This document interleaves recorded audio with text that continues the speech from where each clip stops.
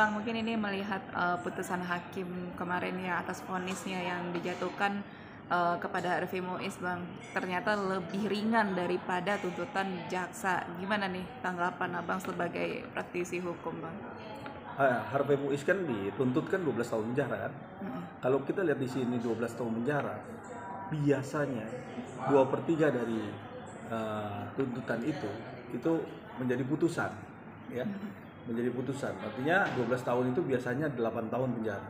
Tetapi ternyata kemarin dibacakan hakim memutuskan itu 6,5 tahun atau 6 tahun 6 bulan. Nah, ini kan ada kebijakan yang ada kewenangan hakim untuk bisa memutuskan 6,5 tahun penjara ini.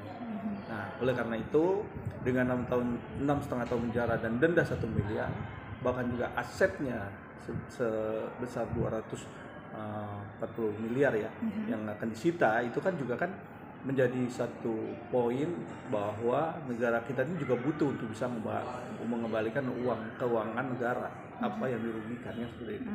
Kalau bisa dilihat di sini, nilai 6,5 tahun penjara ini menjadi satu sorotan bahwa apakah Harvey Muiz ini sebagai orang yang ikut serta di dalam proses tindak pidana korupsi timah ini. Nah, kalau memang bukan, tandanya ada pelaku utamanya. Ya, kita lihat nih siapa pelaku utamanya kan, karena 6,5 tahun ini kan sangat kecil ya kalau kita lihat ya. Dan juga uang yang disita ini kan juga nilainya nggak sepadan dengan nilai 300 triliun kan begitu. Nah, tapi kan ini Bang, banyak juga netizen beranggapan seperti ada sesuatu dalam persidangan ini karena apa yang diharapkan banyak kan netizen juga ingin ya udah hukum seberat-beratnya atau minimal 20 tahun penjara, bahkan ada yang berspekulasi seperti itu gitu. Dari Abang sendiri, apakah sudah pantas atau sudah tepat sebenarnya hakim memvonis 6,5 tahun penjara nih, Bang? Iya, kalau kita lihat Undang-Undang Tindak Pidana Korupsi 31 tahun 1999 tentang tindak pidana korupsi ya. Tentunya di sini di pasal 2, pasal 3, bahkan pasal 4. Nah, untuk pasal 55 juga. Sekarang kita melihat bahwa Harvey Muiz ini dituduh melakukan tindak pidana korupsi dengan pasal yang sudah disebutkan tadi. Artinya ya, pasal terberat itu 20 tahun dan atau hukuman seumur hidup. Ya, ini kan jelas di sini. Tapi kan hakim melihat apakah ikut sertaan dalam tindak pidana ini perannya Harvey Muiz itu sebagai apa gitu. Kalau memang dia posisinya ini sebagai pelaku utama, tentunya ini nggak bisa didiemin nih gitu kan. Artinya dia harus dituntut seberat-beratnya. Nah, ini menjadi PR penting karena masih ada 16 orang nih, 16 orang, 2 orang yang sudah diadili, tinggal 14 orang. Kalau 14 orang ini harus dihukum juga ringan, terus siapa pelaku utamanya gitu. Nah, ini menjadi catatan juga. Ini kan PR. Pembuka simpul pertama ini kan Harvey Muiz dan Helena Lim. Tapi kalau mau dilihat dari sekarang ini 14 orang yang nanti akan disidangkan lagi. Ayo kita kawal berapa nilai yang dari 300 triliun ini akan disita oleh negara. Dari seperti yang dikatakan kemarin itu pada persidangan, ini kan kerugian negara sampai 300 triliun, Bang. Gitu kan. Nah, dan ini masih ada lagi beberapa orang di dalam yang belum menerima vonis. Artinya seperti itu ya, Bang ya. Iya. Nah, lantas seperti apa nih nanti nih? Apakah dengan sudah divonisnya Harvey, apakah JPU akan mau lebih baik mengajukan banding atau seperti apa menurut Abang? Iya, kalau dirasa memang tidak sesuai dengan apa yang diputuskan, nah, JPU bisa banding, ya, dan JPU bisa melakukan banding. Tapi kalau memang itu sudah sesuai, bahkan juga sudah terpenuhi, ya, artinya formil dan materialnya, bahkan ahli juga dihadirkan, kan tentunya ini suatu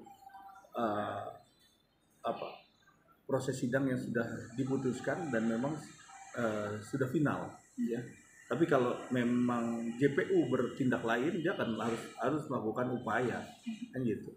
Sekarang intinya adalah kita mengejar aset ini dengan nilai yang sudah diambil oleh negara, apakah sesuai dengan 300 triliun, kan itu poinnya. Ya. Yang kedua, 14 orang sekarang ini, apakah sudah bisa diambil asetnya minimal 50%-nya dari 300 triliun. Nggak usah 100%, 50% dari 300 T, 150 T. Udah, itu udah cukup untuk bisa mengembalikan kestabilan keuangan negara kan gitu. Ini kan poin pentingnya ini adalah bagaimana mengembalikan keuangan negara. Kalau proses hukumnya mungkin tetap ada proses hukum. Tiap orang untuk bisa menjalankan proses hukumnya walaupun dia telah melakukan tindak pidana korupsi. Nah itu poinnya adalah bagaimana mengembalikan keuangan negara. Nah masih ada PR lagi nih untuk 14 orang lagi nih.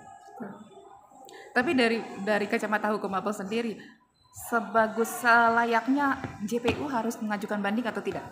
Harusnya mengajukan banding karena menjadi poin awal nanti untuk proses hukum yang lainnya. Karena nanti bisa dijadikan satu satu acuan yang dimana proses hukum ini, oh ini 6 tahun setengah penjara, Helena Lim let's say 5 tahun setengah kan penjara kan. Nah sekarang bagaimana nih proses yang lainnya?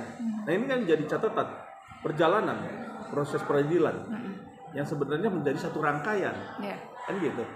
Apakah 300 T ini terpenuhi? Itu poinnya kan. Kalau dihukum ringan, terus yang lainnya mau dihukum berapa berat? Bagaimana mengembalikan keuangan negaranya? Itu juga dia harus ada kan, harus balance antara apa yang diperbuat, apa yang menjadi punishment-nya. Nah, Bang, mau balik ke sebelum putusan, ini kan ada pledoi yang dibacakan ya pada saat persidangan. Jadi pada saat itu kan pledoi itu juga mengatakan bahwasannya Harvey Muiz mengatakan dia bukan seorang koruptor, gitu.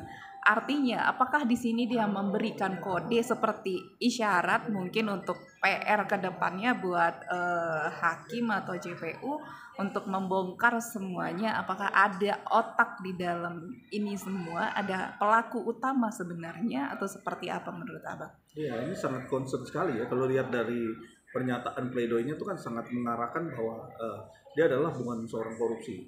Dia dari keluarga yang dididik tidak boleh melakukan tindak pidana korupsi. Tentunya ini poin yang sangat lihat dari apa yang disampaikan di pledoi ini kan sangat kuat sekali bahwa dia bukan seorang koruptor ya.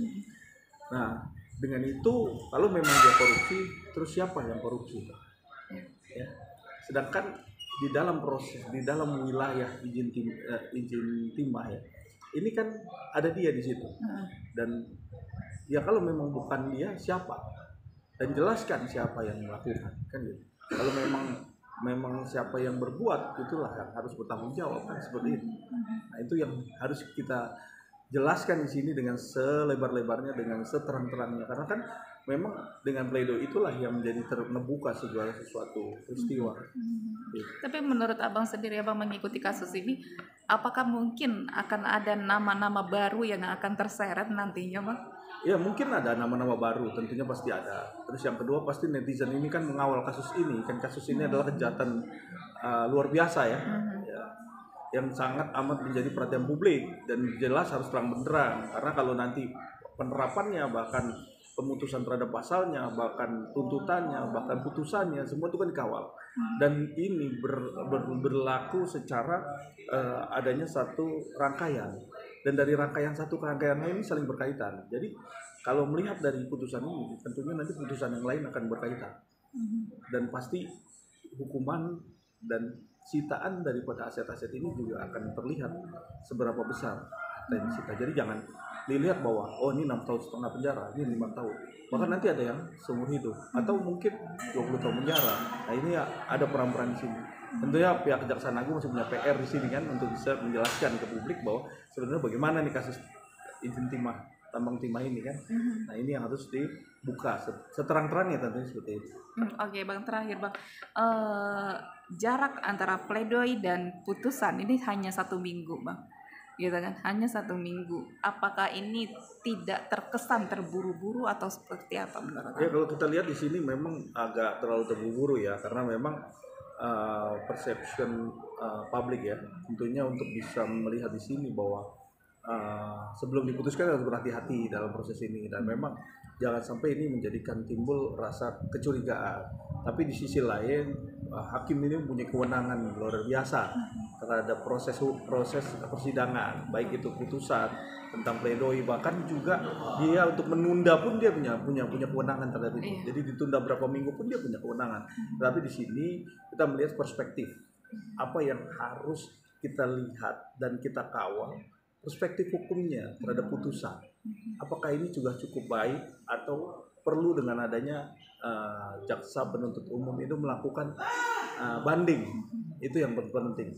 Kalau memang ini dirasa cukup, ya tentunya jaksa tidak membanding. Karena jelas biasanya itu 2/3 daripada tuntutan putusan itu. Tapi hakim bertindak lain. Nah, inilah yang harus kita dalami, dan memang jaksa penuntut umum mempunyai sikap atau tidak. Nah, kita tunggu aja. Kalau memang dia punya sikap, katanya dia punya pendapat lain untuk kasus ini. Oke.